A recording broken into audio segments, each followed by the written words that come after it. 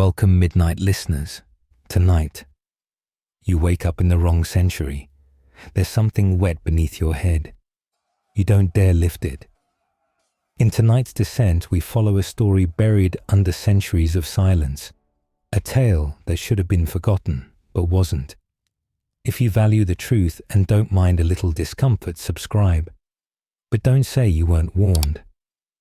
The lights, leave them on if you want. It won't help. Let's begin. You blink. The sky is bronze. Not the kind forged by artists, but the kind that leaks through dust and blood. A blistered sun hanging heavy over a field littered with unfamiliar shapes. Some of them breathe. Most do not. You lift your head slowly.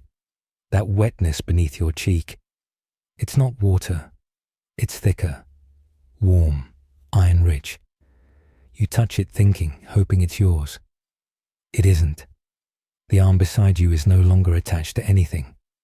Just bone peeking through what used to be sinew. No maggots yet. Fresh. You're barefoot. The ground is soft in all the wrong ways. Mud, trampled organs, shattered teeth. Each step sounds like a secret being crushed. You try to walk. You try to scream. Neither comes easily. The air stinks.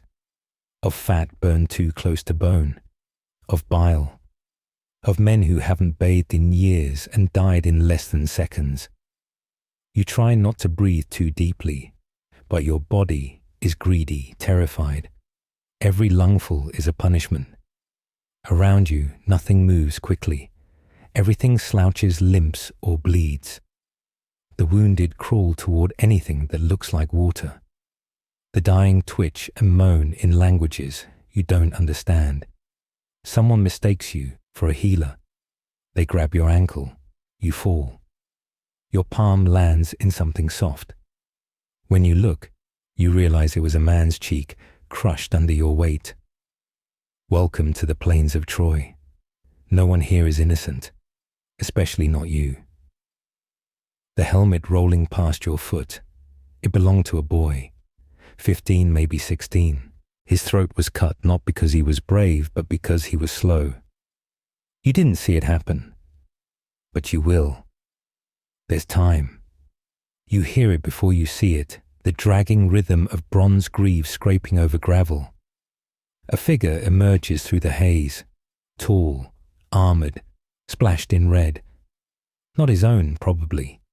He looks at you without slowing. For a moment you wonder if he's going to stop, offer help, speak. He doesn't. He spits near your knee and walks on. His breath smells like onions and rot. You are not a warrior. Not yet. Your hands are clean. Too clean, a mistake. From the ridge above, a scream fractures the silence. A chariot thunders past wheels soaked with pulp. A horse foams at the mouth and slips. The man it pulls is flung against a rock. You hear the ribs crack before the helmet hits. His fingers twitch a little longer than they should. The sky never clears here. Smoke clings to the air like a judgment. It filters, the light softens the world into a constantly constant bruise. You try to orient yourself, but there are no landmarks. Just bodies and canvas tents, some still burning. The dirt here remembers every drop of blood. It clots. It drinks, and it never forgets. You stumble toward the sounds of shouting. They aren't fighting now. Not really. This is something quieter. The hour between battles when the living count what's left of them. When commanders whisper prayers to gods who only laugh. There's a man on his knees covered in ash. His hands are raw fingers curled like they've forgotten how to unclench. He rocks gently back and forth. You don't know his name. He doesn't know yours. You never learn each other's names. That would make things harder. Nearby, two men argue over a body, not because they know him, but because his boots are still intact. You walk past a fire, or what's left of it. The embers glow faintly, trying to remember warmth.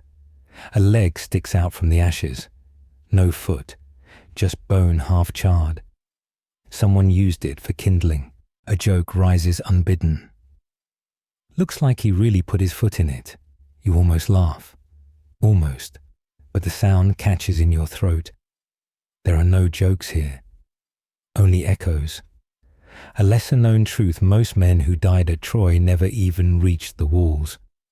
They rotted in the trenches, in the shadows of wooden palisades, killed not by enemy blades but by dysentery infection and the crushing weight of boredom. You don't see that in the epics. You step over a discarded spear. Its point is red, flaked with something sticky. You wonder how many stories it ended or began. There's music somewhere. A lyre plucked tentatively, as though afraid of offending the dead. The notes are flat, desperate. Someone's trying to remember a song they once heard before all of this, before the ships came, before the gods began their game. You hear a whisper behind you, not a voice, a thought. You shouldn't be here. You agree. At the edge of the camp, a pile of shields leans drunkenly. Most are splintered, stained. One is clean. Too clean. A trap. You touch it anyway. It shifts, and beneath it eyes. Open, unblinking. A man buried half alive. Or half dead. It doesn't matter which. You don't scream. You just stare, and he stares back. You don't know yet that he was left that way on purpose. A punishment. Or a warning. A soldier calls for water. Another stabs him instead. Fewer mouths to feed. Fewer rivals when the spoils come. An arrow thuds into the dirt inches from your foot. A mistake. Or maybe not. You drop to your knees, not to pray, just to hide. Your hands shake. You bite your lip. You draw blood. The first blood of yours you taste here. It won't be the last. You wonder what day it is. You wonder what year. Then you realize it doesn't matter. Time doesn't pass here. It loops. And somewhere in that loop, you've already died. You just haven't caught up to it yet. The first thing you notice is how heavy everything feels. The air, the silence. Your own bones creaking beneath muscles that haven't learned the rhythm of this world. This is not your time, and your body knows it. Every breath is an argument. Every step a betrayal. You try to stand straighter like the men around you. But your back is soft, your hands too smooth, your skin untested. You look like meat, and they see it. A boy stares at you across the clearing.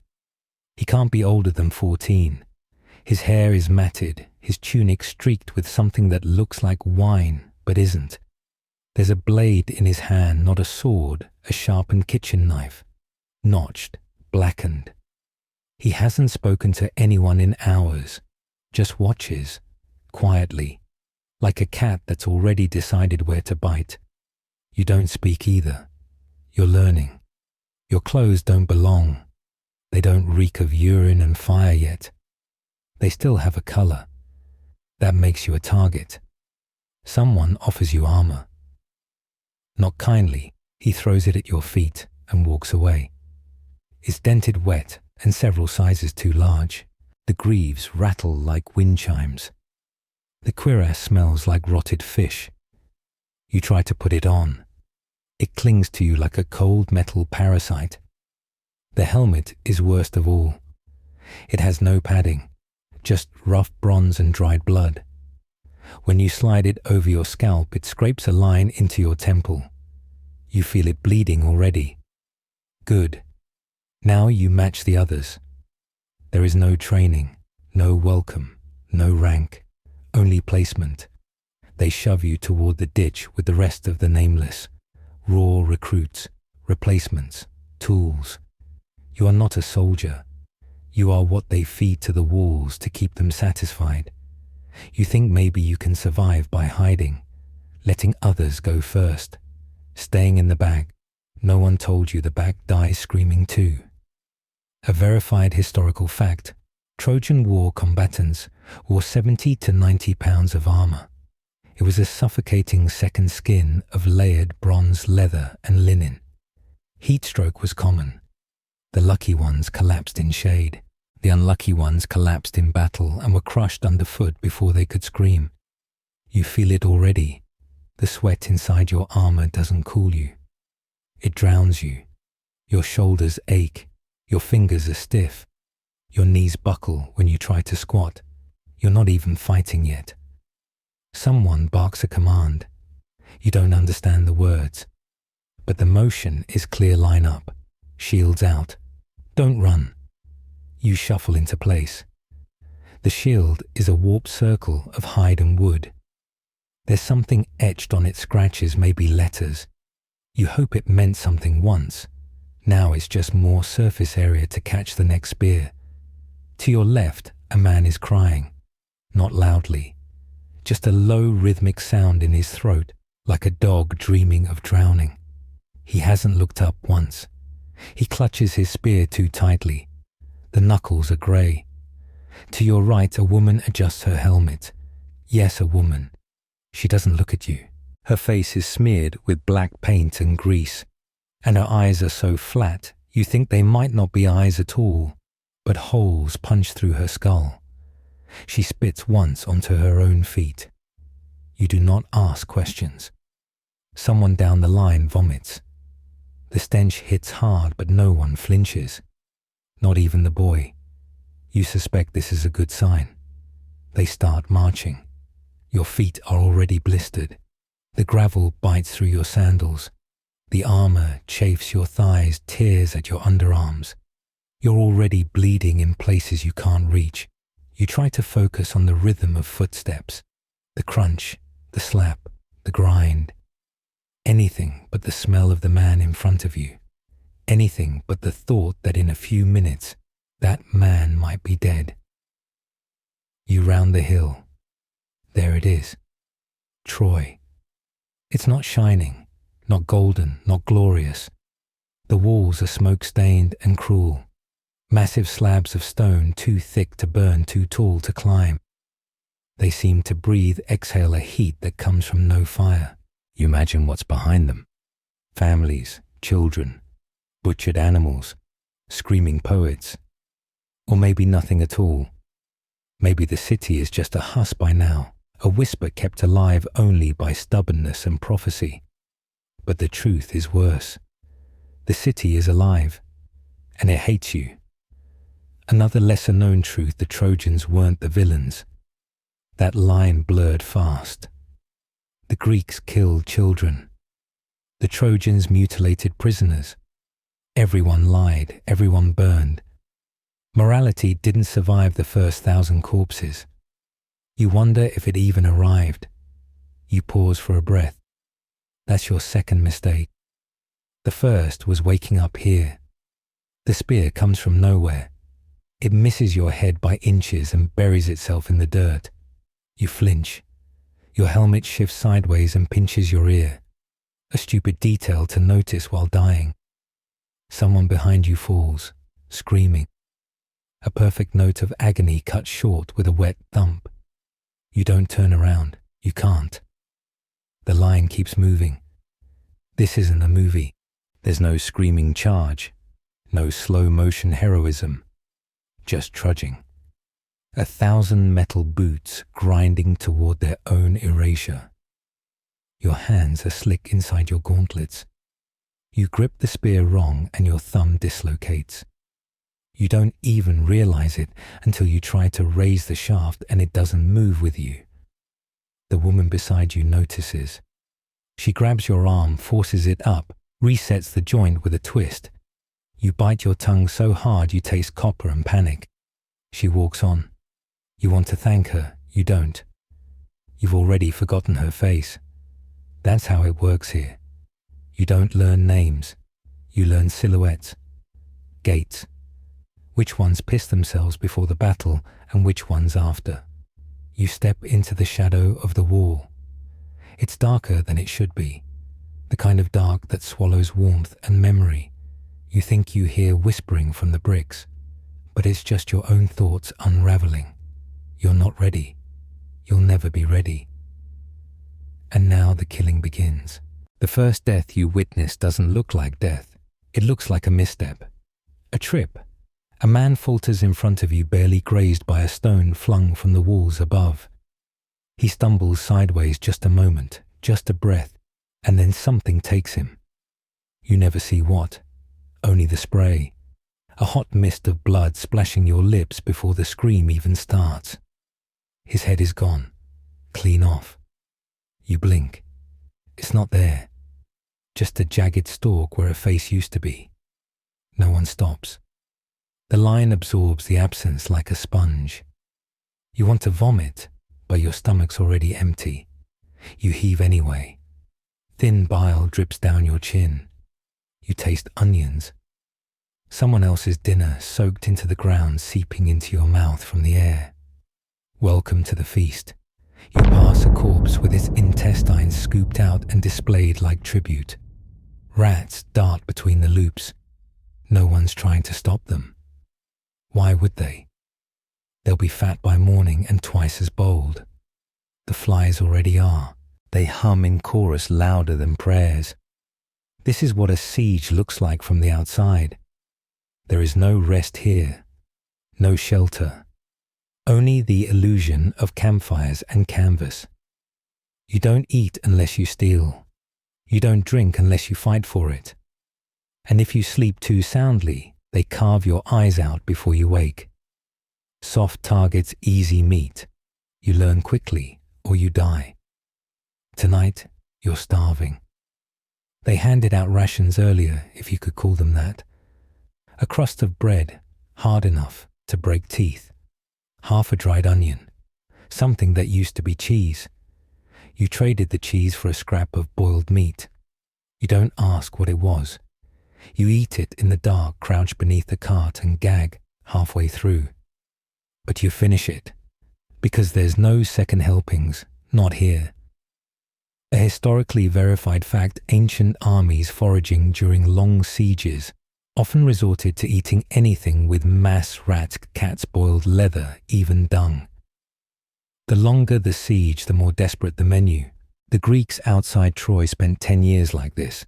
10 years eating hunger. 10 years drinking rot. You get up in the night to piss and step in something warm. It squishes between your toes. You don't check what it is. There's a fire nearby, and around it 4 men play a game with bones. Actual bones. One is a finger. Still has a ring on it. They laugh. Not because it's funny, but because it isn't. That's the point. A joke forms dry and uninvited. Guess he never found the right knuckle to propose to. You don't laugh. You're starting to understand the rules here. You find a barrel of wine. Unwatched. You're not stupid enough to take the whole thing. You dip a rag in and suck it slowly, pretending it's something warm, something kind. It's not. It burns all the way down. But it silences your stomach.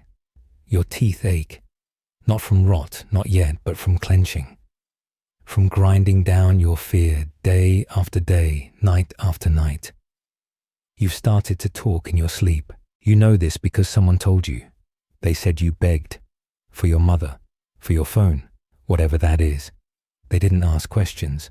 They just stared. The boy from earlier, the one with the kitchen knife, he's sleeping near you now. You realize this too late. He stirs once and rolls onto your leg. You flinch. He doesn't wake. But he does murmur something. You listen. It's a lullaby. A tune so old it aches to hear. You know none of the words, but the melody lingers, like a hand stroking the edge of your soul. You wonder if he remembers the person who sang it to him, or if he only remembers the tune and the absence. You let him sleep. There's a sound in the distance, not battle, worse, chewing. The dogs are back. You hear them every few nights. They come for the discarded, the unguarded. Tongues dragging, noses twitching. Once they took a man who hadn't died yet, tore his belly open while he begged them in his father's name. They left with pieces of him. You can't sleep now, not with that sound in the air. Instead you walk, down to the lower trench where the latrine pits bubble with disease, where the moans never stop, not of pain but of something else, a kind of waiting, as if even the wounded aren't sure whether they're dead yet. You pass a tent, its flap sways open in the wind. Inside, someone's been hanging birds upside down. Their throats are slit, blood pooling neatly in bowls. A charm, a ward, or a message. The birds don't move, but you swear their shadows do. You move on. The ground slopes upward, and at the top of the hill you find her. Not a soldier, not a ghost, something in between. Her hair is matted with grease and time. Her skin is the color of candle wax. She smiles at you with too many teeth. She says nothing, just holds out her hand. You don't take it, but you don't run. Instead you ask, "What are you?" She replies in a tongue you've never heard, but somehow understand. What you'll become, if you're lucky. You back away. She laughs like something breaking. You return to your trench and curl up beside the dead fire. The boy is gone. So is his knife. You don't know if he left or was taken. You won't ask. You don't want to know the answer. You dream of teeth, and waking doesn't stop the dream. A disturbing truth: many who fought in prolonged sieges were never officially recorded. No names, no graves, no memories. Their deaths were anonymous, but their fear lives on. It passes down like marrow. A whisper in the blood. You shiver, not from cold, but from knowing how easy it is to disappear. There's a moment just before dawn when everything goes still. Not silent, never silent, but still. The rats pause their feasting. The winds forget how to howl. Even the moans from the sick tents quiet to a breathless murmur. You think for one cold heartbeat that the gods are watching. You're right, but they aren't here to help. You sit on a rock slick with something you don't care to identify. You're trying to clean your blade. Not because it matters this piece of rusted bronze won't last another blow, but because it gives your hand something to do. Otherwise they'll tremble again. They always do when the sky turns grey. The gods, you're told, have taken sides. You don't know which ones. You don't care. It doesn't matter. Their favour is arbitrary, cruel. They bless cowards and abandon heroes. They whisper madness into ears and call it fate. You saw a man flay his own arm yesterday, screaming that Apollo had told him to let the bad blood out. You didn't stop him. No one did. He was dead before the hour passed. The sky lightens a little. The new day smells like copper and waste. You wonder how many more you'll live through. You hope it's not many. A verified historical fact. The Iliad records divine interference as casual, constant, and devastating. Gods appeared on the battlefield, manipulated weather, bent time, even replaced dying soldiers with illusions. But none of it saved anyone. Not really. The dead stayed dead, and the prayers never brought them back. You remember praying once. Not to win, just to go home. You don't anymore, because you're starting to think this is home now, and the gods know it. You get up when the horns sound, not out of duty, out of habit, like a dog trained to heel. You fall in line behind a man whose back is covered in welts. He doesn't flinch anymore when his armor rubs them raw. He hums something tuneless, a dirge without words. They say we're attacking again today. Not the wall, not yet. A raid, supplies, prisoners, maybe a message. You hope you're not chosen. You always hope that. And you're always wrong. You ride in a cart, this time crammed between sacks of dried figs and jars of spoiled fish oil. The stench is unbearable, but the figs are real. You pocket one. You don't ask where the figs came from. You suspect they weren't traded. Nothing's traded here anymore. The cart bounces. Your teeth click together hard enough to chip. You hold your blade between your knees and try not to think. Ahead, a village, or what's left of one. A few crumbling walls, a dozen mud brick huts. The fields are scorched. Someone salted the earth deliberately. No food will grow here again. Ever. You dismount with the others. You tell yourself you won't watch. You always lie. They move quickly, efficient. Each man knows what to do. Break the doors, check the hiding spots, pull out anything warm.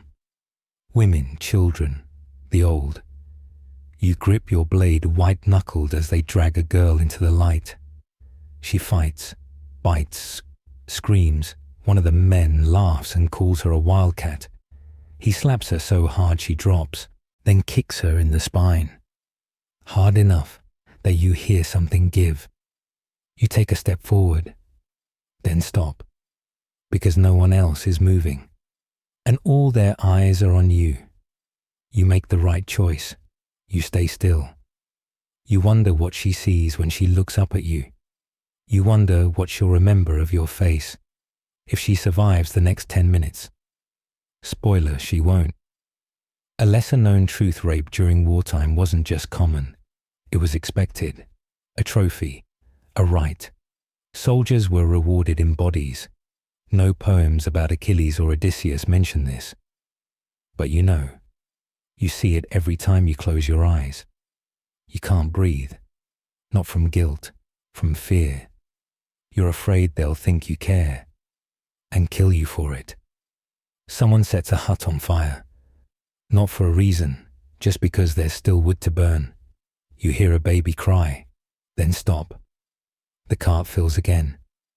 Not with figs this time, with screams. You don't speak for the rest of the day. They leave the bodies where they fall. One man even pisses on a dead boy's face. You're numb. Almost, but not quite.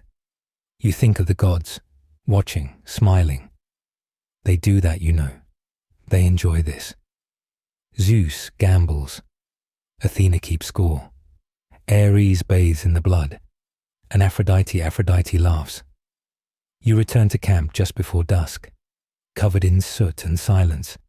Your hands don't shake anymore, but they don't open either. You're still holding the blade.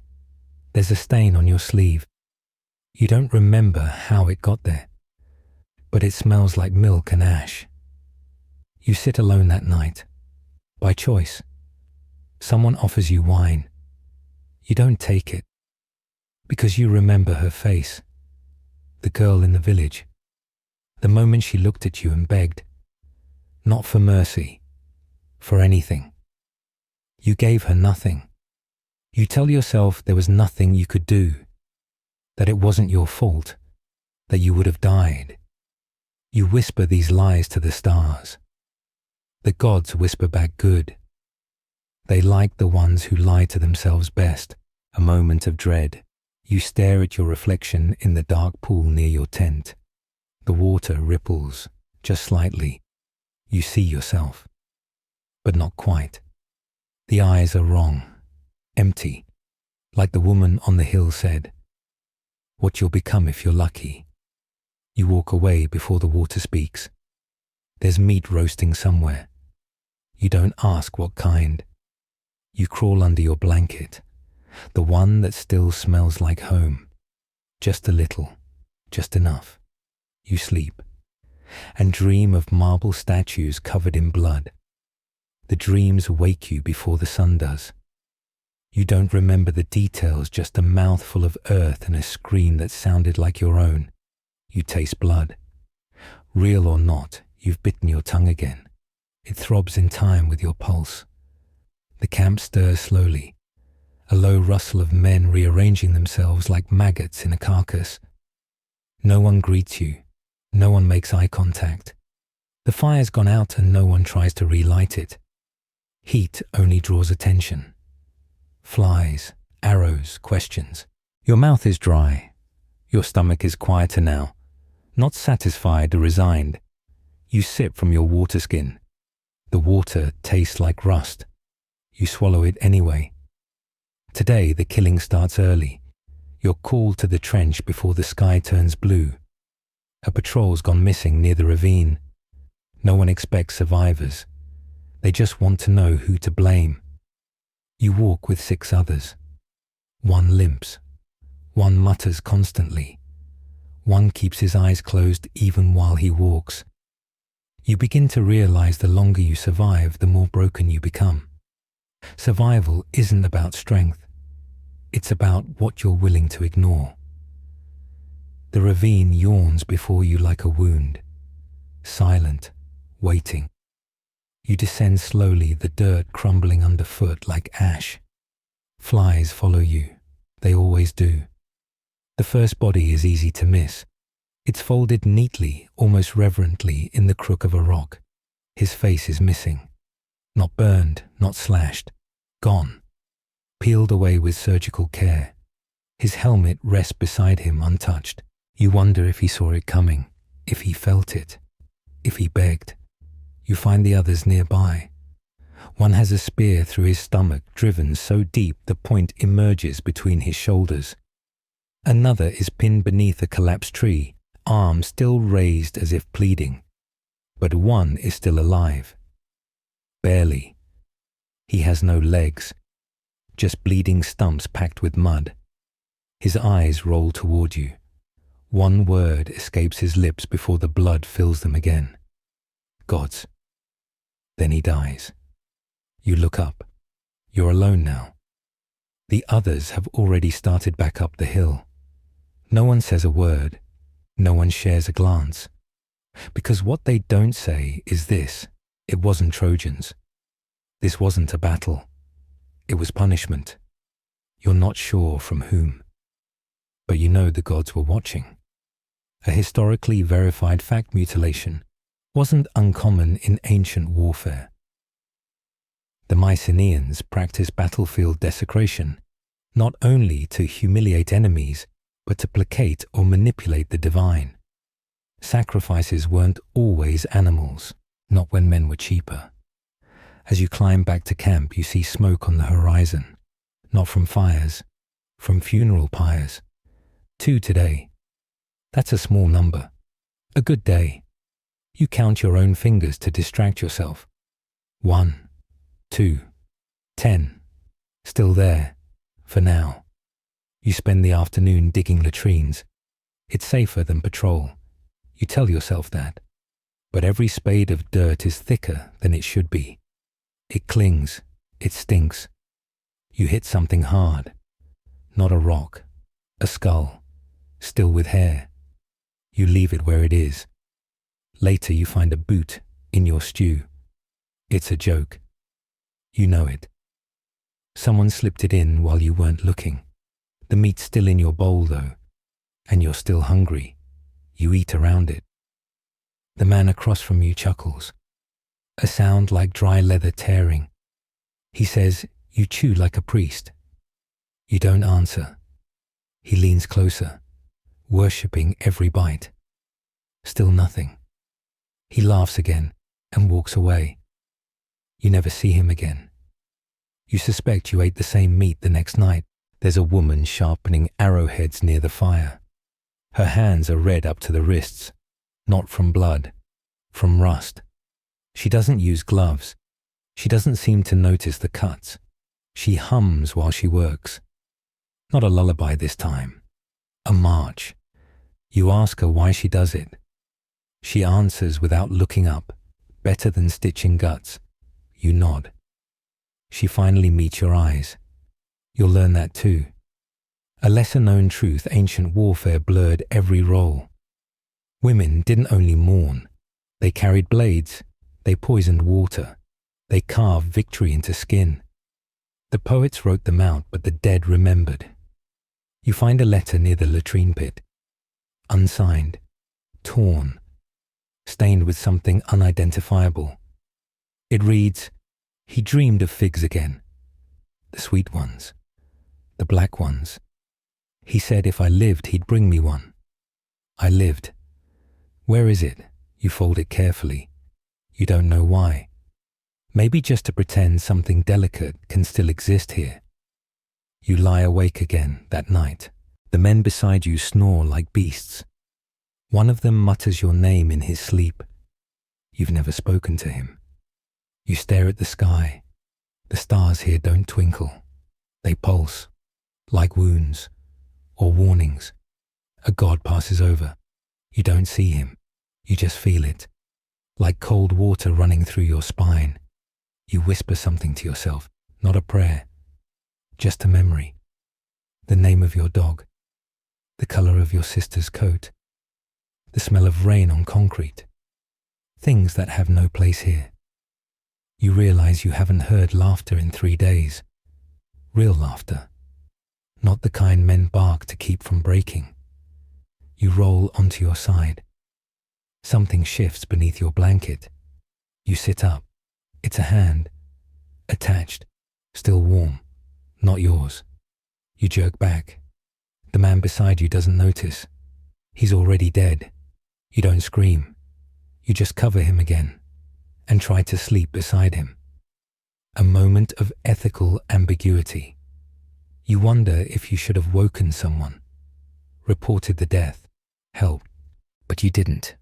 You just let him lie there because you didn't want his spot to be taken, because he didn't bleed on your side of the blanket, because you're learning the rules.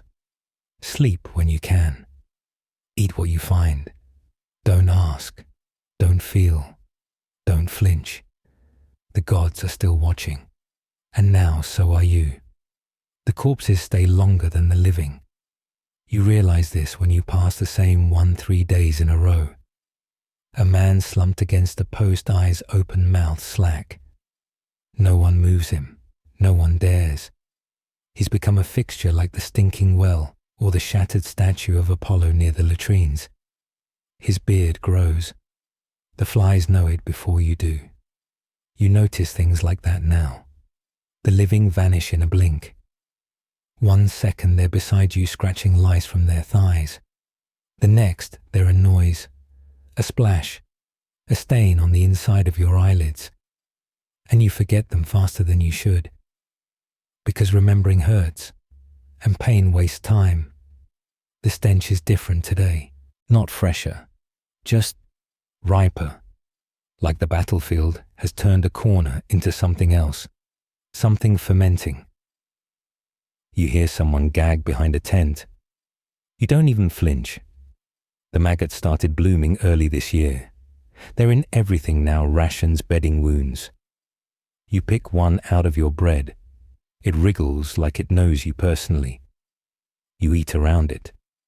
They call it the summer melt. Bodies soften, collapse, meld with the earth. You step wrong and sink ankle deep into something that sucks at your foot and doesn't want to let go. You don't look down. You learn not to look. A verified historical fact, bodies during sieges were rarely buried. There was no time, no space, and no one willing. In Troy, the dead were sometimes stacked in trenches or simply left to rot where they fell. The smell, chronic. The psychological cost, permanent. There's an argument near the supply tent. 2 men, both barefoot, both bleeding. They're fighting over a boot. Just one. The left one. The right's already been claimed, probably still worn by a man who can't feel his foot anymore. They don't even swing at each other. They just scream, until one of them coughs blood onto the other's chest and falls over. The other takes the boot and limps away. You wonder if it even fit. You're sent on burial duty. You try not to laugh at the word. Burial. As if this soil permits rest. As if a hole in the dirt changes what's been done. But you obey. You're handed a spade chipped and sticky. You drag 3 bodies into the ditch before you stop noticing their faces. One is a boy. One is a woman. One still has a flower tucked behind his ear. You leave the flower. You don't know why. Your arms ache. Your back screams. You feel like you've aged a decade in a day.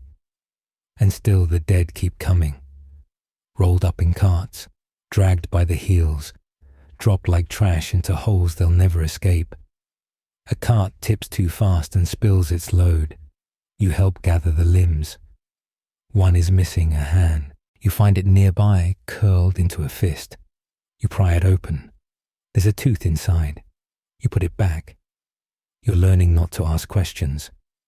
The trench is nearly full. The soil doesn't want them. The air pulses with heat and decay. Your throat itches. Your eyes burn. You see colors that don't exist in nature, sickly greens, yellows that drip like pus. You retch. Nothing comes out. There's nothing left in you to lose. You return to camp with your hands caked in something black. You wash them in a basin no one else uses. You've seen what floats in it. Pieces, clots, memories. You scrub until your skin splits. The blood under your nails isn't yours.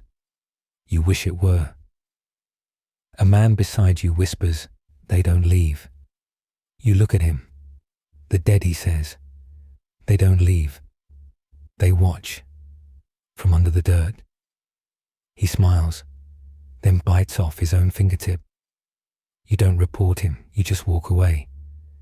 That night you find your blanket soaked. Not with rain. There hasn't been rain in weeks. You wring it out and sleep on the dirt instead. Something moves beneath your back. You don't move. You dream of the trench. Only this time the bodies are singing. A lullaby, out of sync, out of tune, but somehow familiar. You try to scream, but your mouth is full of soil. You wake coughing, and the taste doesn't go away.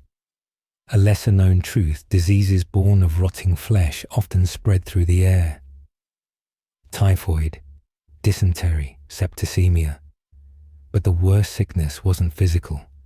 It was the numbness, the erasure of self. Soldiers called it many things, but you know what it really is. The death before the dying. You stop using names. You stop using words at all some days. You let your silence speak for you. It's safer that way. You sharpen your blade again, though it won't help. You sew your tunic shut with wire. You sleep with a rock in your hand just in case. You stop flinching when you hear someone screaming. You've become the kind of thing that walks calmly through horror, not because you're strong, but because you're empty. One night you see something crawl out of the burial trench. You don't tell anyone. You just nod. It nods back. A moment of dread. You see your own face reflected in the metal of a shield. But it's not your expression. It's older, crueler, hungrier. The mouth twitches, but your lips don't move. You turn the shield over and bury it in the dirt. It still hums. The next morning, someone taps your shoulder and asks your name. You forget. You just stare, because names are for the living, and you're not so sure you qualify anymore. The shield you hide behind breaks, not in a blaze of glory, not beneath the heel of some glorious Trojan hero with fire in his eyes and poetry on his lips. It breaks because it's old, because it was made by tired hands, because the leather binding gave out, because the wood cracked from the heat and the damp. Because you leaned on it. You stare at the fractured pieces as they sag in the mud, half swallowed already. You want to scream, but the scream would draw attention. Attention here is lethal. You learn this again when a man asks for help. His leg is broken, his voice high and wet. He reaches out to you, gripping your ankle like a child would. You hesitate, just one breath too long. Then the others see him. And then they don't. A boot to the face, a blade through the stomach. One man shoves mud into his mouth until the noise stops. They don't look angry, just efficient. And then they turn back to you, and they wait. To see what you'll do. You nod. They nod back. That's all. You walk away leaving the broken man in pieces smaller than your shield. You find another one an hour later. shield, not man, hanging off a fence like an offering. It's soaked through the bronze rim, twisted, but the hide is intact. You test the weight. It's heavier than yours. Better. You take it. You don't ask whose it was. You just scrape off the dried blood and add your own. A verified historical fact, soldiers in prolonged campaigns often scavenged their own gear from corpses. Not just weapons, but sandals, rings, clothing, and even teeth. The dead were generous, if not willing. You never waste a good pair of boots. You sleep with your shield now. You curl around it like it's a lover. It smells of rot and vinegar and something that might once have been cedar. You wrap your arm through the strap even in sleep, just in case. You're learning. The woman who sharpens the arrows watches you sometimes, doesn't speak, just watches. You think maybe she's deciding whether to kill you or teach you. You hope for the latter. You suspect you'll get the former. Today's task is pit duty. You climb into the waste trench with two others. One is missing 3 fingers. The other hums to himself and tries to catch flies on his tongue. You don't talk. You dig. The earth is soft here, too soft. It doesn't resist. It swallows. You don't know what exactly you're digging for, cleaner ground maybe. But the deeper you go, the worse it gets. You find a rib cage, still pink, still bending when you press it. You move on. The pit is warm, like a mouth. It stinks of copper and fungus. Something white squirms at the edge of your vision. You choose not to see it. Above you, the camp continues. Eating, shouting, dying. You're beneath it all, like an afterthought. Like a stain. A voice calls down. Fresh ones coming. You brace yourself. The first body lands with a thud. The second splits on impact. The third isn't dead. He gurgles once, tries to sit up. The one with the missing fingers doesn't hesitate. A shovel to the neck, then another, then stillness. No one says anything. You keep digging. Later, you clean yourself in the runoff. The water is red, but it's all you have. You scrub your hands until they blister. You scrub your arms until you're shaking. But the smell stays. It always does.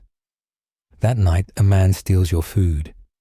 You wake to find your bowl gone, your bread torn apart and eaten raw. You track the crumbs to a shadow near the fence. You could tell someone. You could fight him. Instead, you sit down beside him. You say nothing. He passes you a sliver of fig in apology. You chew slowly. It tastes like memory. A lesser-known truth: food theft was rarely punished during ancient wars. Not officially, but unofficially, while you saw what happened to the man who asked for help. You've seen enough to know better. Your stomach growls anyway. You lie on your back and watch the sky. A cloud passes that looks like a horse. You laugh. It startles you. It sounds real. Someone looks over. You stop. You think about the gods again. You don't pray, but you think. Are they watching? Are they bored? Is this a story to them? You wonder if your suffering makes a better ending, or if the worst sin is being boring. A moment of dread. You wake to someone whispering your name. You're sure of it. The voice is calm, patient, familiar, but no one's there. You look around. Every soul is asleep or pretending to be. You pull your shield closer. The next morning, you find a line of small bones outside your tent, arranged carefully, artfully, like a message. You don't touch them. You just nod. You think you understand now. This place doesn't want you dead. It wants you changed, and it's working. Night belongs to the vultures. You used to think they were just birds, carrion feeders, nature's cleanup crew. But here they arrive before the dying even stops, as if they know, as if they listen. They perch along the broken walls, heads cocked at odd angles, eyes glassy and unblinking. You count 6 tonight. No 7. One blinks, the others don't. They're waiting. So are you. The night is not silent here. It breathes, moans, occasionally cracks. You sit with your back to a mound of spent javelins and try to sleep upright. You don't lie down anymore. It feels too much like surrender, too much like inviting something to crawl into your mouth and make a home of your ribs. Sleep never comes anyway. A child no more than 10 coughs nearby. You didn't know children still existed in the camp. You peek around a burnt crate and see him. Thin, hollow-cheeked eyes like smudged ink. He doesn't notice you. He's whispering to something in his hands. You get closer. He's holding a dead rat, cradling it, singing to it. You back away. You don't want to know what the lullaby means. A verified historical fact, camps during long sieges became cities of disease, starvation, and madness. The longer it dragged on, the more fragmented reality became. Some stopped fighting. Some started praying to stones. Others, especially the youngest, simply disappeared. You haven't seen the boy again. The vultures, though. They never leave. Tonight, one lands right outside your tent. Heavy, wet-footed. It watches you through the flap, head jerking side to side like a broken puppet. You freeze, not out of fear, but recognition. That movement, that expression. It's seen you before. You try to throw a stone. Your hand doesn't move. You realize it's shaking too hard. The vulture turns its head fully upside down. You laugh. A dry, choking thing. You've begun to admire them in a way. They don't pretend. They just wait. The tent next to you collapses suddenly. No wind, no sound. Just down it goes. You scramble out. A man emerges from the heap sobbing. There were eyes, he says, inside the canvas, watching. No one comforts him. You hand him your last fig. He doesn't eat it. He crushes it in his palm and rubs it into his scalp like oil. You walk away. You're becoming good at that. The next morning you find 4 bodies on the edge of the camp, arranged carefully, folded like laundry. No wounds, no blood, just placed. Each one has feathers in their mouth. A lesser-known truth, ancient soldiers often feared the vultures more than enemy archers. Not because of what they did, but what they knew. Vultures were said to follow the stench of the soul leaving the body, the stink of defeat. Some believed that if you locked eyes with one too long, it would remember you, follow you. Wait. You remember the one from last night. You feel like it's still nearby. You spend your daylight hours walking the perimeter, not for defense, just to move, to pretend there's purpose. The guards don't even ask anymore. You find a helmet lodged in a tree. You pull it down. A snake falls out. You step aside. It slithers over your foot, slow and warm. You don't move. A man once told you snakes were sacred to Apollo. You wonder what they're sacred to now. You hear a scream from inside the city. High, short, female. You don't react. No one does. You wonder if it's just a trick of the wind or a vulture practicing. That night, your dreams change. No more corpses, no more blood. This time you dream of feathers, falling, floating, filling your mouth until you can't breathe. You try to spit them out, but your lips are sewn shut. A beak presses against your chest, not piercing, just waiting. When you wake, there's a feather on your tongue. You gag it out. It's real. You don't sleep the next night. Instead, you sit near the fire and watch the flames try not to die. The wood is green and the smoke stings, but it's warm and it's light. You hold your shield on your lap like a sleeping child. The same man as before, the one who smeared fig into his hair, sits across from you. He hasn't blinked in an hour. You ever think, he says, slowly, that the war ended a long time ago, And no one told us. You nod. You've thought that. You felt it. He grins. I think the vultures are priests. I think they carry the last rites in their eyes. Then he bites into his own hand. Not hard, just testing. You don't stop him. A moment of dread, you find your name etched into your shield. Neatly, carefully. You didn't put it there. You run your fingers over the letters. They're fresh. The cut is shallow but clean, like it was carved by something with precision.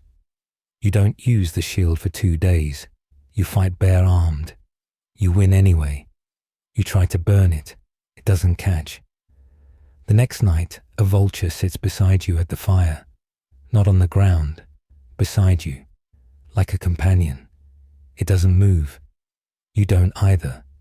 Eventually you offer it a strip of dried meat. It doesn't eat, just watches. You think it's polite. You wake the next morning with your boots missing. Your feet are clean, too clean. You don't ask questions anymore. You just walk slower. Because you know how this works now. You're not hiding from death. You're being groomed for it. You meet the seer at dawn. He doesn't look like a prophet. No white robe, no staff. No eyes rolled back in divine trance. Just a man, thin, barefoot, mud-caked to the thigh hair, matted with lion ash. His teeth are filed flat. You almost trip over him. He's kneeling in a shallow pit, humming. In front of him, a crow's carcass lies cut open like an offering. You can't tell what was taken, or what was put in. He looks up. His eyes are milky, not blind, just wrong. You're late, he says. You don't reply. He grins. His gums are black. You notice the others now, 7 men standing in a circle, eyes shut. One is chewing something slowly, deliberately, even though his mouth is empty. The seer stands and walks straight up to you. He smells like iron, like the inside of a rusted helmet. He raises his hand and draws a circle on your forehead with one fingertip. His nail is gone. The skin beneath is raw. The gods are starving, he whispers. Feed them or be food. You blink. He's already gone. No footsteps, no trace, only the crow remains. You don't speak of it. A verified historical fact, seers and diviners walked among the camps of Troy, invited and feared in equal measure. They didn't just interpret omens, they created them. Bled birds, burned salt, laughed at night.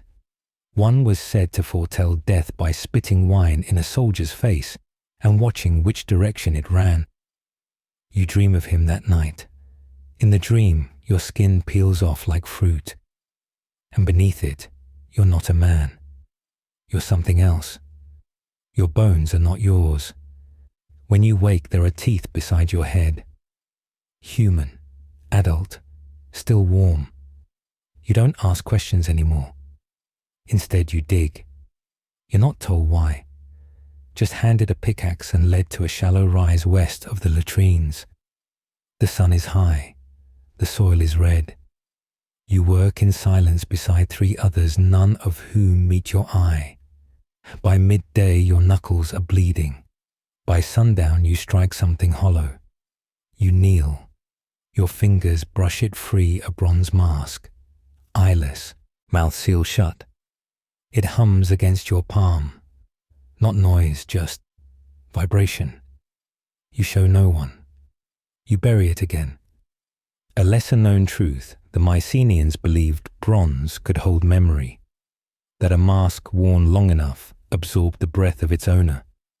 Some soldiers buried them in secret, believing they could return to them after death. You've seen stranger things.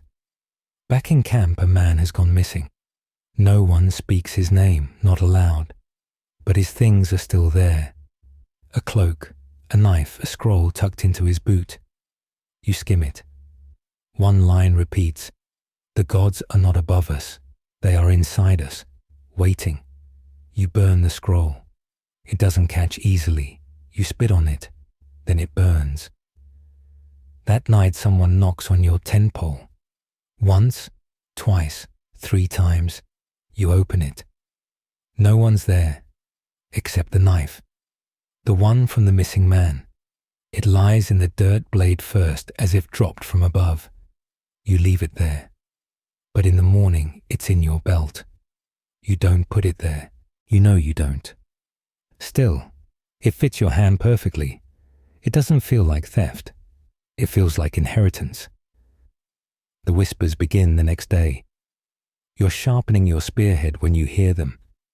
Behind your shoulder, low and rhythmic like breathing underwater. You spin. Nothing. You listen harder. Still nothing. But they return that night. Inside your ear. Inside your bones. Not words. Just presence. You cover your ears. They get louder. A moment of dread. You look into your own reflection in the water basin.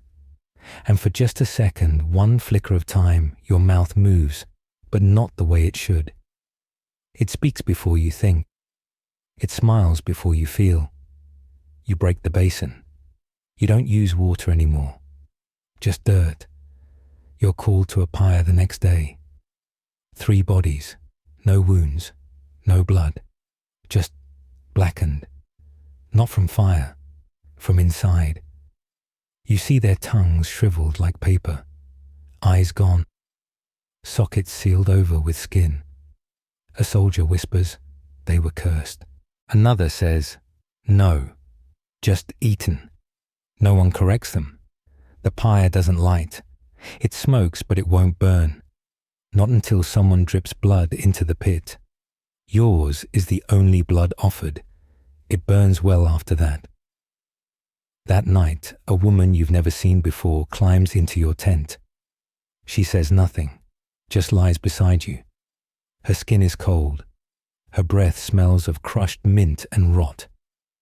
You don't move. You don't sleep. When the sun rises, she's gone. Your hands are wet with something red that isn't blood. You wash them in dry sand. And now the animals have stopped coming. No birds, no insects, no dogs, not even vultures. The camp is silent in a new, terrifying way, as though sound itself has stepped back, as though something else needs space. That evening, a horse begins to scream. You rush to the paddock. No one's there. No horses, no sound, just hoof prints, burnt into the earth. You don't run. You kneel. You press your ear to the hoof print, and you hear it, breathing. The gods are not above you. They are inside you, waiting. You eat less now, not from lack. There's food. Bread so stale it cracks your teeth. Wine so sour it might as well be vinegar. Goat meat that smells like it's still screaming. But you eat less because food doesn't taste the same anymore. Because you're not sure if you're the one who's hungry. Because sometimes the hunger stares back. You watch a man eat his fingernails, one by one, slow, deliberate. He doesn't even flinch when he reaches the skin. Another tries to eat the scrolls. He says the words have grown teeth and bite him unless swallowed. His tongue is covered in ink. It drips when he talks. You laugh. Then you stop laughing, because the joke is getting too close. A verified historical fact, siege hunger drives people to strange devotions. At Troy, men developed rituals of deprivation, hoping gods would pity their suffering. Some stitched their lips shut. Others starved themselves into trance. Still others ate the battlefield itself. Dirt ashed the leather of enemy armor. You see one man chewing on a sandal. You don't ask if it's his. You're called to a burial the next morning. But there's no body, just a cloak, blood-stained, folded neatly atop a rock. We bury what we can, someone says. You nod. You help dig. You help cover. You don't ask who it was. You dream again that night. This time you're in the city, inside Troy. but no one sees you. You walk the halls barefoot. They are lit with flames that do not flicker. Everyone's mouth is sewn shut with gold wire. Everyone but a child. The child walks up to you and whispers, "You're not real anymore." Then he disappears into the wall. You wake choking on a coin. You throw it across the tent. It spins longer than it should. A lesser-known truth: some soldiers in the war began hiding coins in their mouths before battle, not for bribes, not for burial fare, but to keep themselves silent. Silence was sacred. Sound, they believed, could be tracked. Echoes led gods to souls. You don't speak for 3 days after the dream.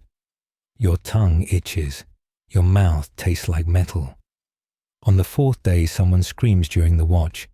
You run to the wall. He's pointing at the sea. You don't see it at first. But then, figures. Far out, just where the foam breaks. Pale still, standing. Too far to be real. Too still to be human. And yet, they're facing you. All of them. You don't blink. You don't speak. You watch them. Until they vanish beneath the waves. Like smoke falling backwards. That night you sit by the fire with 2 others. None of you talk. Not even when the logs crack. Not even when a bird small broken winged falls directly into the coals. It doesn't struggle. It offers itself. The others don't react. You don't either. You wake up covered in ash. Inside your boots. Inside your mouth. Inside the skin of your hands. You scrub until you bleed. It doesn't come off. You smell like burning. There is a moment of dread later that day. You come across a soldier you haven't seen before. He's sharpening a bone. Not a knife. A bone. Long, pale. Polished, smooth. Not animal. You know it. You know it's human. He looks up and smiles. It sings when it cuts, he says. You don't ask questions. You're given a task now. No explanation. No orders. Just tools. A hammer, a torch, a bag of salt. You know what to do with them. You don't know how, but you do it. Because somewhere in the pit of your stomach, in that dry, hollow place where your fear used to live, something stirs, and it wants to help. So you hammer the bronze plate into shape. You light the torch and run it along the blade's edge. You scatter salt in a circle around your work. And when it's done, you don't show it to anyone. You bury it in your tent floor, under your sleeping mat, like an offering, like a witness. A disturbing, lesser-known truth warsmiths of the ancient world sometimes buried their first weapon beneath their beds, not out of pride, out of fear. The first weapon was said to retain a portion of the maker's soul, and sleeping near it invited dreams, or worse. You dream that night of yourself standing over your own body. Your face is gone. In its place, the bronze mask, the eyeless one, the one you buried days ago. You don't wake screaming, you wake smiling, because somehow this feels right. The next morning your name is not your own. They call you something else. You don't correct them, because the name they use sounds like it belongs to someone who knows what he's doing, someone not afraid. You try it on your tongue. It fits. By noon, you don't even remember the old name. You wear the new one like armor, like ash, like prophecy. You pass a mirror-polished shield that day and don't recognize yourself. You don't stop walking, because whoever that reflection belongs to, he looks hungry. You witness death before it even lands. In the midst of an attack on the walls of Troy, you find yourself among those chosen to be the first to see what Hector's eyes once saw, an omen of finality, a glance into the living death of men. You stand a silent sentinel between the chaos and the inevitability of fate as the enemy surges forward like a tide of raw malice, The moment is precise, as if orchestrated by indifferent gods and bitter fates alike. A spear whistles through the humid air, a brief metallic gleam, catching the little light left from the smouldering day. You see it shimmer a fleeting, terrible beauty before it finds its mark.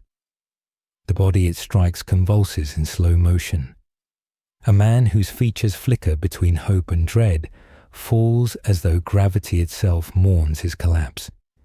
You feel a chill traverse your spine, a reaction that you can neither control nor comprehend fully. In that moment, you learn what it means to see death coming like Hector, whose eyes once scanned the horizon for both glory and demise. Your heart seems to pause in unison with the falling man.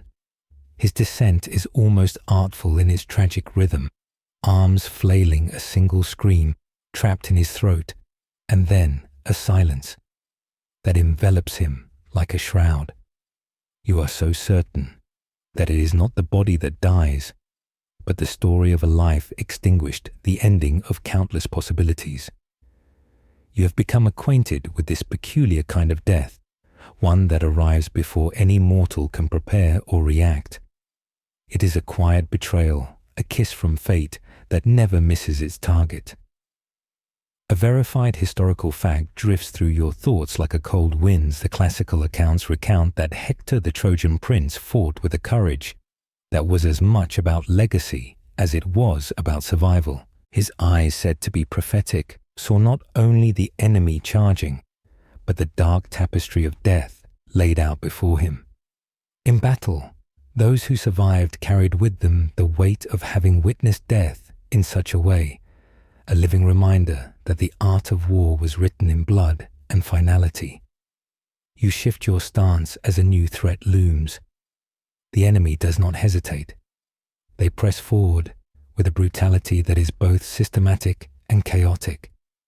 The clang of swords against bronze, the pained groans of fallen men, and the quick, almost imperceptible staccato of footfalls all weave together, creating a soundscape that is at once mesmerizing and utterly horrifying. In this relentless ballet of violence, you watch every movement, every twitch of muscle, and every flash of steel, as if your eyes might learn secrets that words can never convey. There is a moment when your vision blurs a red haze that makes you question if you are really seeing life ended, or if it is merely an illusion.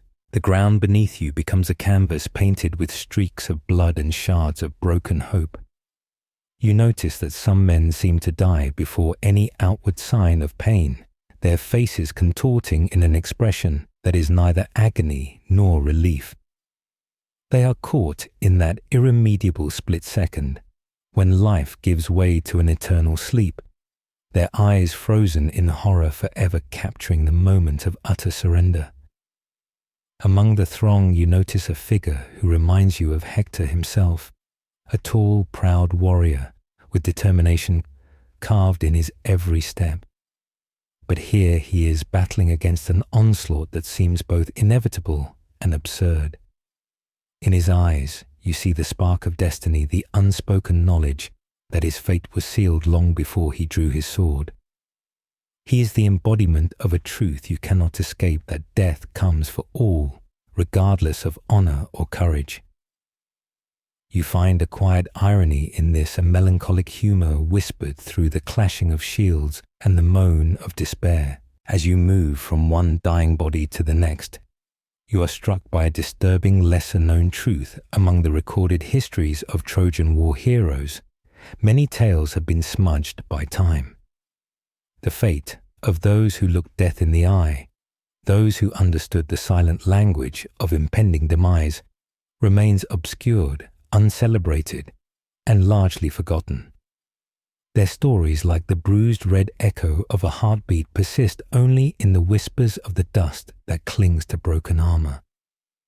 In this moment, you realize that even as you watch death, you are also witnessing a historian's account, written on a canvas of despair. The stench of blood and sweat fills your nostrils as you sense movement in the periphery of your vision. You glance to your left and see a soldier frozen in horror, his eyes wide and unseeing as though he's glimpsed a nightmare made flesh. He trembles in silent realization that the moment of death is inexorable, that what you see now is the very essence of human fragility. His body begins to shake, and you feel an unfamiliar ache of pity mingled with a cold indifference that has long since been eroded by the endless cycles of violence. You recall a dark joke that someone once muttered in the midst of chaos, a grim pun about how even death has a sense of humor, catching you off guard just as you catch your breath. The joke, as unsettling as the events unfolding, is a reminder that in this brutal theatre irony and tragedy entwine, each feeding on the other.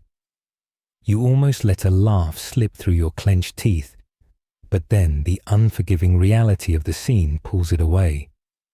Moments like these are cruel lessons in the art of survival, where levity is not a luxury, but a dangerous folly. In another flash, a volley of arrows rains down and you see a man raise his arms resigned to fate. The arrows pierce his flesh with a precision that mocks both hope and despair. You watch as his eyes close, not in peace, but as if anticipating the next blow. For a heartbeat, you are hypnotized by the simplicity of the act. Each arrow, a messenger from the gods. Each impact, a punctuation mark in a sentence you never wish to write. There is an ethical ambiguity in the way you watch. You do not intervene. You have learned that every act of interference in war carries its own terrible cost. In your silence, you acknowledge that to save one life is to alter the unyielding momentum of death and maybe even your own fate. You wonder fleetingly if you could have cried out or fought harder. A pang of doubt colors your thoughts, but you know that hesitation here is a luxury you can no longer afford. You move to the outskirts of the melee, seeking a vantage point from which you might observe the larger tapestry of death, an overview of tragedies written in muscle, blood and fear. There, in the near distance, you see a group of troopers forming a phalanx. Their movements are rehearsed, almost mechanical. You note the steady cadence of their advance, a rhythm that contrasts sharply with the chaotic unraveling of life around them. It is as if they are marching to a dirge composed by ancient spectres, each step a drumbeat in a slow, inevitable march toward oblivion. You pause as you come across a fallen spear, its tip still dripping with the remains of its latest victim. You pick it up with trembling fingers, and for a moment you hold it as if it were a relic. In that gesture, you catch a glimpse of the warrior. It belonged to a man whose face was full of hope before the inevitable strike. The spear whispers a bleak promise in your hand that in this war every weapon writes its own sad legend, and every tool of war carries the burden of souls lost too soon. This moment of dread, this act of forbidden empathy nearly paralyzes you. You wonder if by admiring a tool of death, you are too becoming one with it. A silent question gnaws at the edge of your mind. At what point does witnessing become complicity? You shudder at the thought, and yet you know that you cannot turn your eyes away. To do so would be to blind yourself to the very nature of the battle that is rewriting both history and the nature of being. In the distance, another scream cuts through the din, sharp and desperate. It is not the cry of an enemy or a dying man, but a sound that resonates deeply with you, like the echo of a memory that you thought was buried forever. You strain to catch it, feeling that it carries with it a secret message, a final warning, or an admonition from the very heart of war. But before you can decipher it, the sound is swallowed by the relentless cacophony of combat. You press onward, your eyes scanning the melee, as if you might learn to predict the future from these grim moments.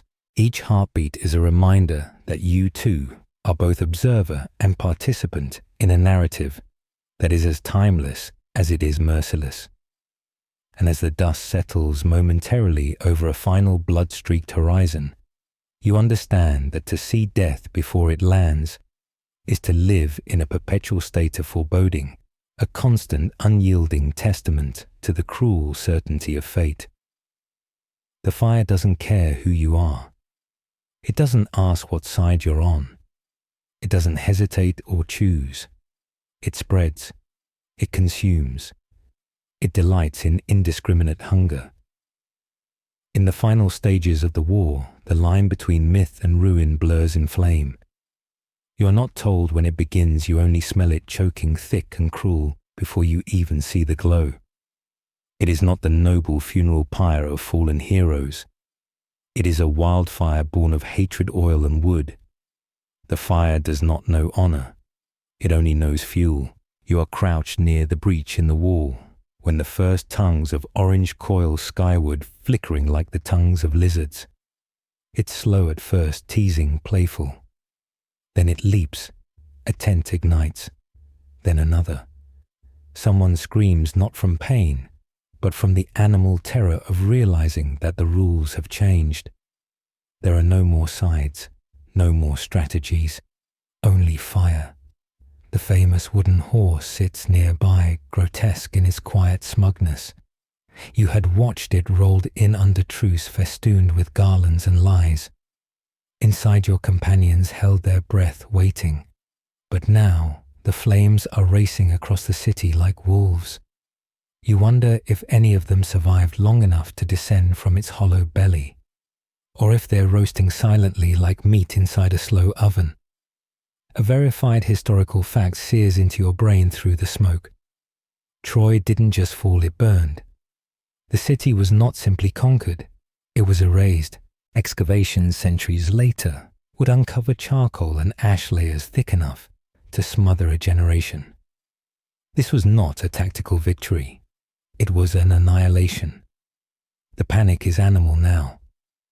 You watch people, Greeks and Trojans alike, run blindly through the alleys, some dragging children, some dragging loot.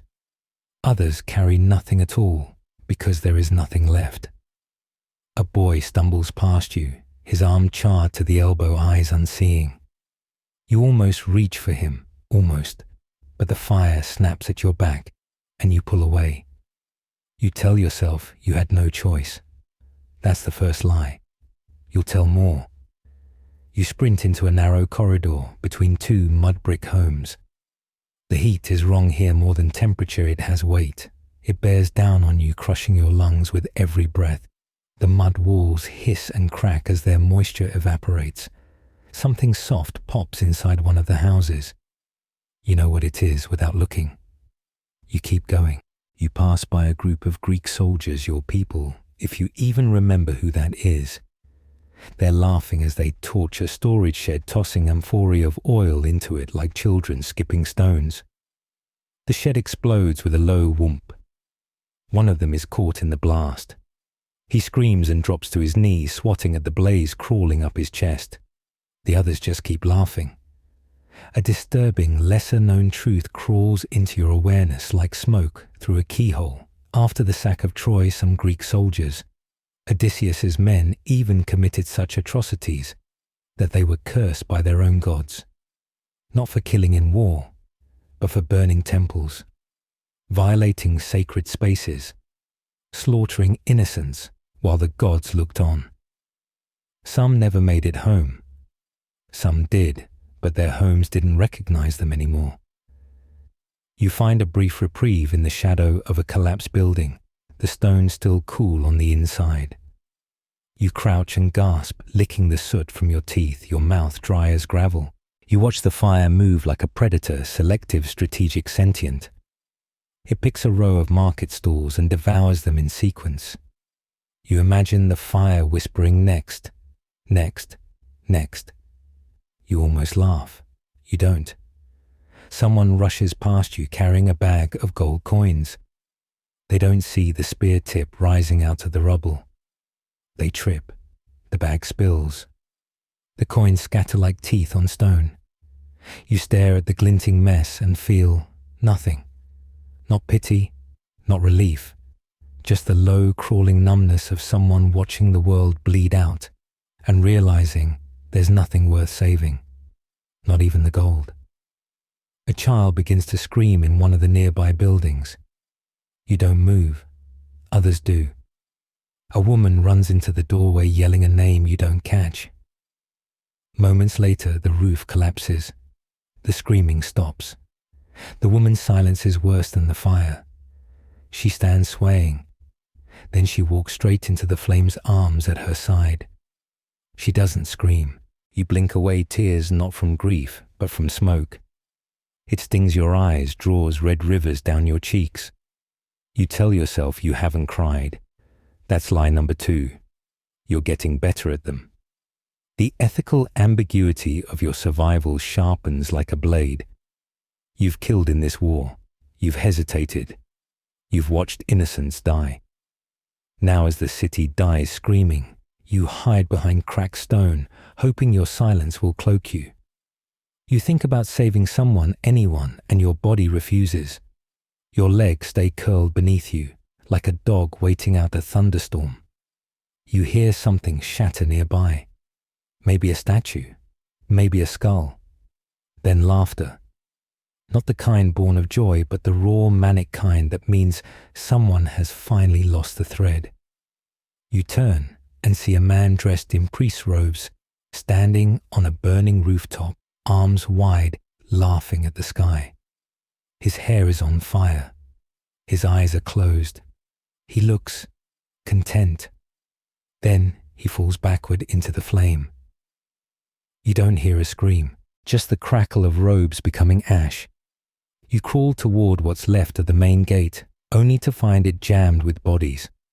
Not soldiers, civilians, crushed against the bars trying to flee too late. The bodies are stacked 4 deep, twisted like roots, mouths frozen in final gasps. Some are still twitching. A woman coughs smoke and reaches toward you. You flinch. You move past her. That's lie number 3. You say you'll come back. You won't. In the distance, the Acropolis has caught fire. The flames now rise higher than the walls, taller than the wooden horse, casting mad shadows that dance like devils over the stone. Somewhere in there is a temple. You know what it held. Offerings, statues, children. You wonder if the gods are watching. You wonder if they ever did. You pass a pile of corpses, some still burning. You recognize one.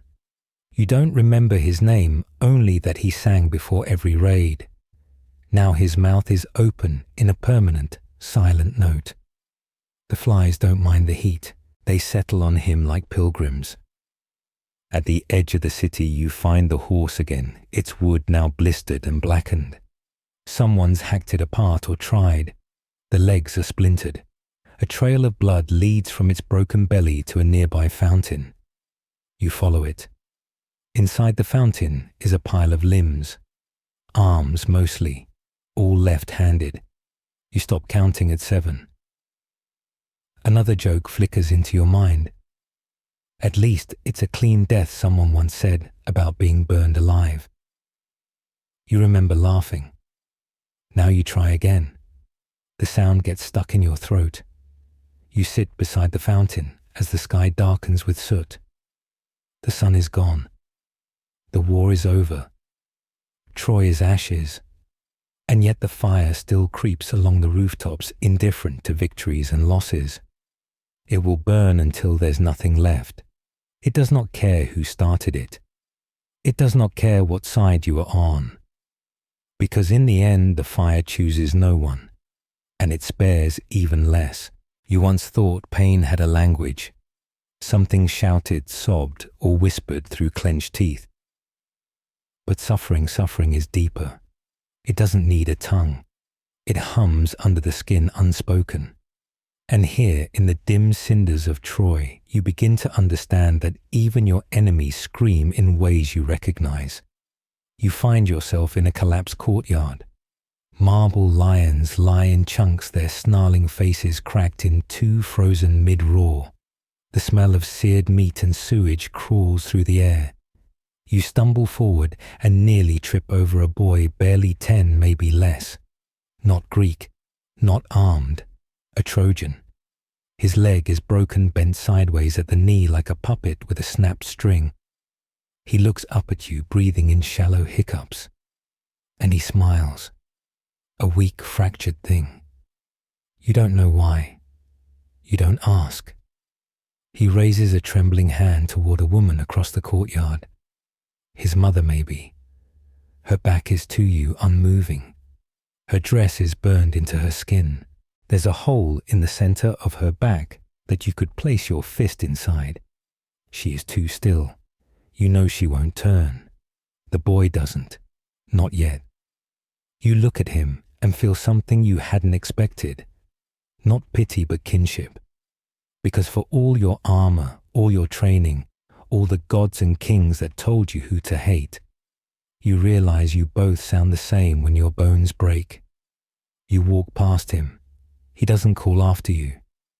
A historically verified fact trickles in like cold water after the sack of Troy survivors were not spared. Women were taken, children sold, elders slaughtered. Priam, the once mighty king of Troy, was murdered at the altar of his own god by Neoptolemus, son of Achilles. The old man died on his knees. His blood stained the marble steps of the temple steps meant for prayers, not executions. That's the kind of irony the gods enjoy. A soldier limps into the courtyard behind you. Greek barely older than you, missing half his ear. He raises his sword in salute, but the gesture is hollow, mechanical. You see his hands trembling. He won't meet your eyes. On his chest, a crude symbol painted in drying blood. Not a god's mark. Just a reminder of what he did, or maybe what he's done to himself. You both pretend it means something. You move on. You find the holding area by the eastern wall. Not a prison, not yet.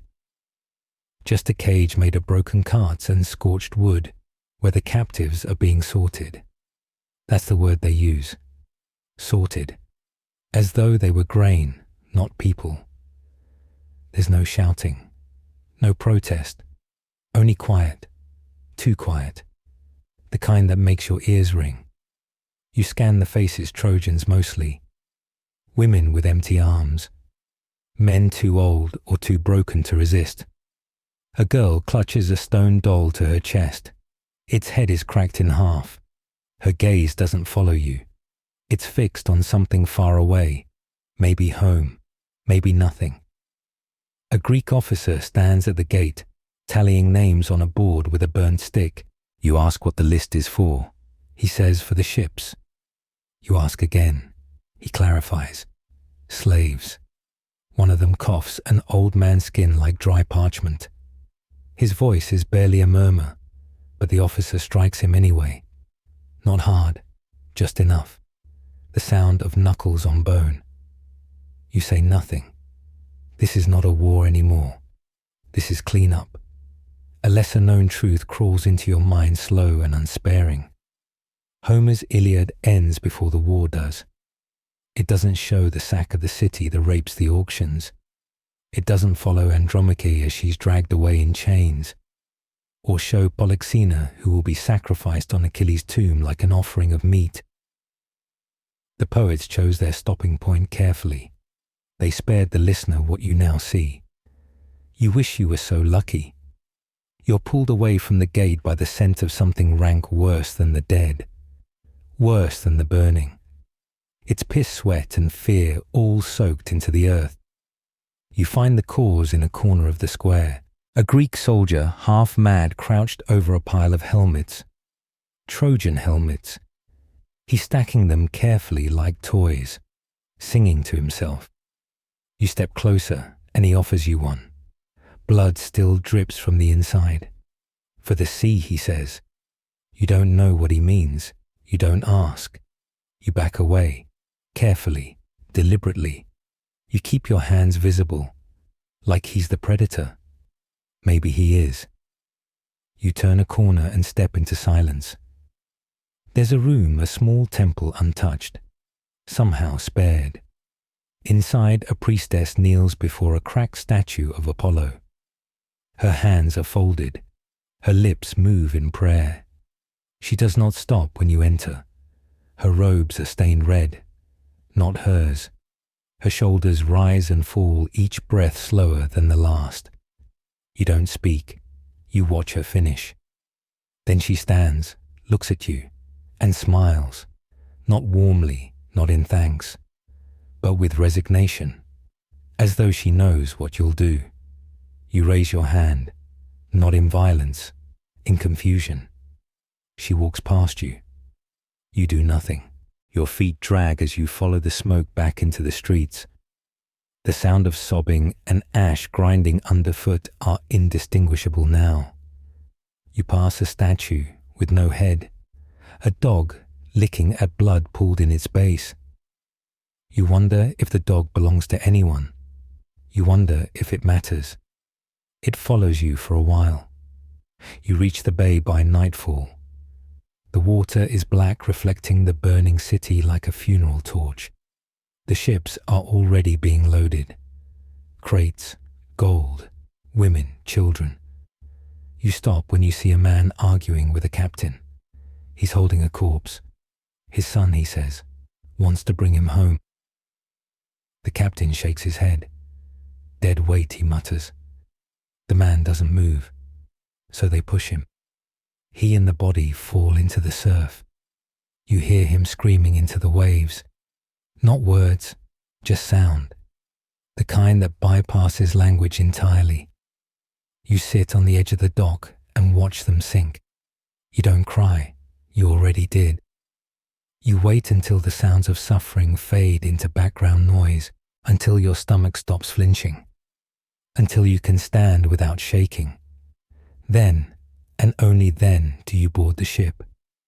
You look back once, and even though everything you knew is burning, you find you don't want to look away.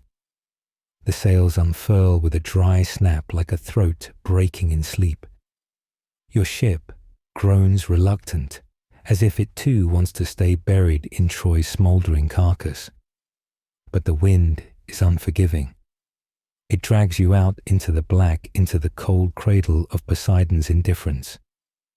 You don't feel the sea beneath you. Not at first. You feel watched.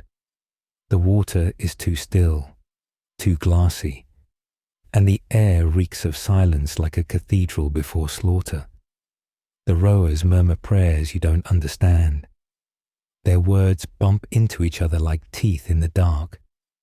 You sleep below deck, wedged between crates of loot and bodies pretending not to be slaves. No one talks, not even in dreams. One girl begins to hum low and trembling until a soldier growls for her to stop. She doesn't. He hits her. She stops. You don't ask if she lived. You know it wouldn't matter.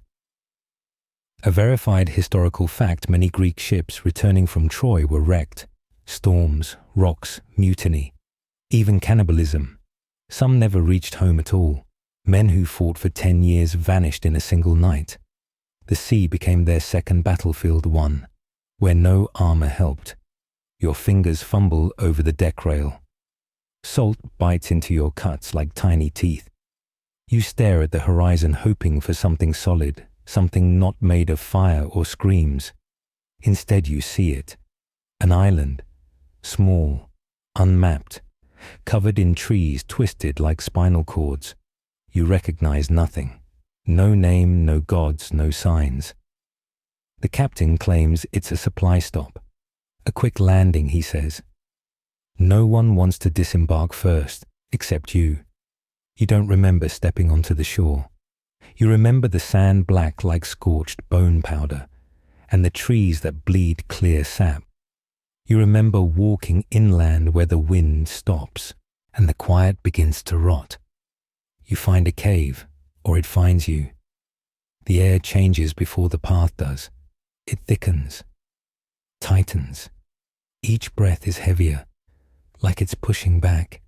Inside it is cold, not the clean cold of winter, but the wet cold of something buried. There's no echo when you step in. The stone eats sound. You wonder if your voice still works. You don't try it. Instead, you find them. A pile of shields, some Trojan, some Greek, all broken, bent into unnatural curves, like they were twisted, not shattered. Behind them, a wall covered in carvings.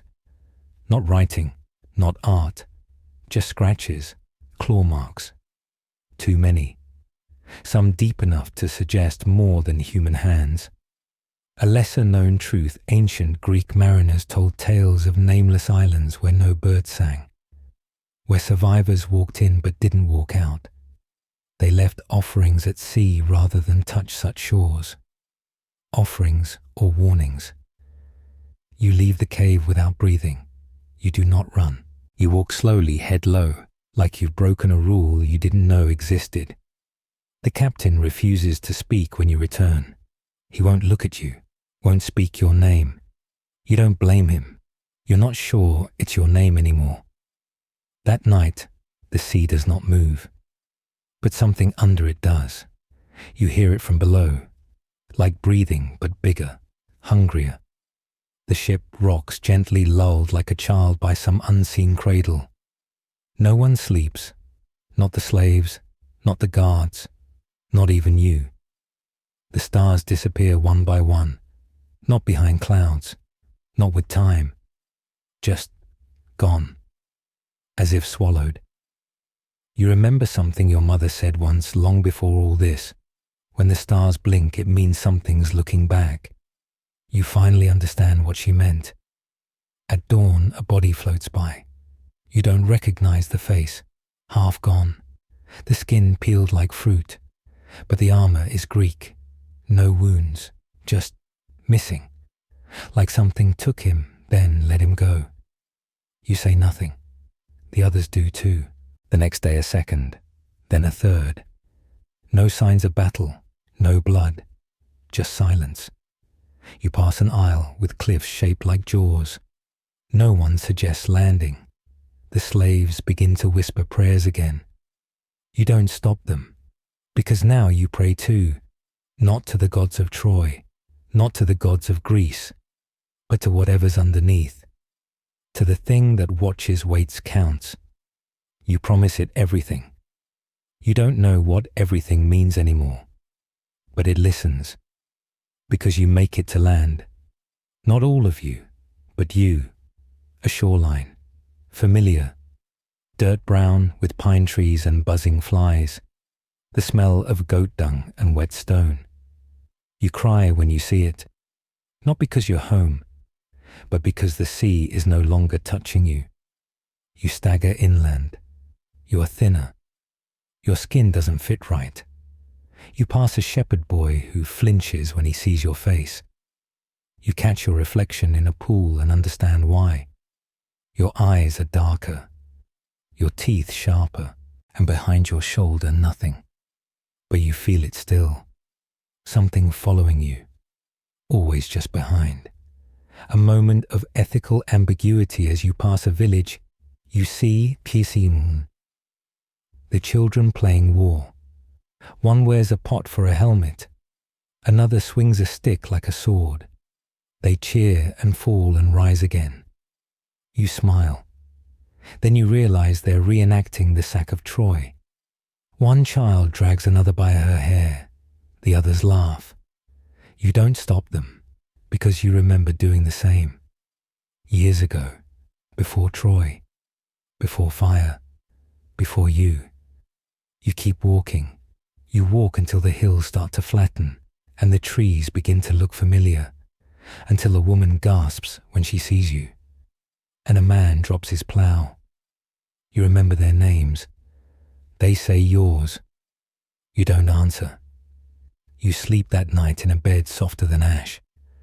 But it doesn't help, because the silence follows you, and in the dark you hear it again, that slow, steady breathing from beneath the sea. It never left. It's waiting. And now that you've fed it, it knows where you live. You survive. The word means less than it used to. It tastes like ash and iron. It feels like waking up every day with soil in your lungs and ghosts in your teeth. But still you're alive. The war is over. That's what they say. Old men on stone benches say it between mouthfuls of dates. Children recite it in the fields like a lullaby. Women pray it into cracked soil. But they don't know what ended. They weren't there when cities cracked open like ribs, when boys drowned in fire and men drank madness to forget the smell. They didn't hear the singing from beneath the battlefield, the soft voices that rose only after midnight humming lullabies in dead languages. You did.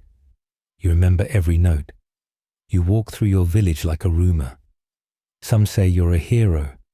Others whisper you were never really gone, just hidden, just sleeping beneath some strange god's altar. They're all wrong. You were eaten, and now you're something else. A verified historical fact, many Greek veterans of Troy returned home to find themselves exiled, distrusted, or even executed. Their war had no heroes, only survivors warped by what they'd seen. Some couldn't speak. Some didn't stop screaming. Some tried to fight again even when no one asked. You stand at your doorway, hands still stained from the cave on the nameless island. You never got the sap out. A child approaches. A boy. Big eyes, hollow face. He doesn't flinch like the others. He asks you, did it hurt? You want to lie. You want to say no. It was glorious. I was brave. I came back whole. But you don't. You say nothing, because now you understand something more than truth.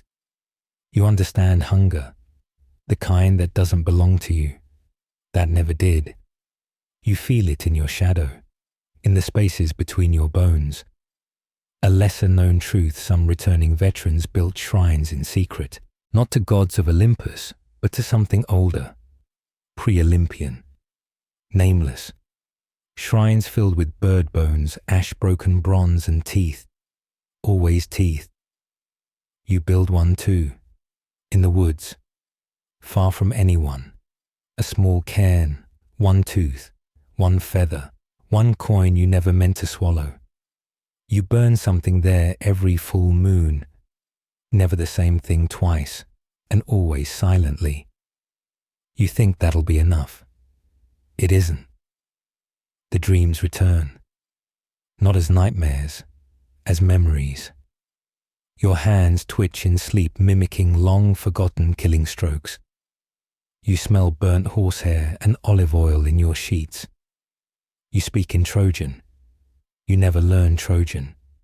You watch your wife watch you. One night she says, you don't sleep anymore. You smile. But it feels like someone else's face.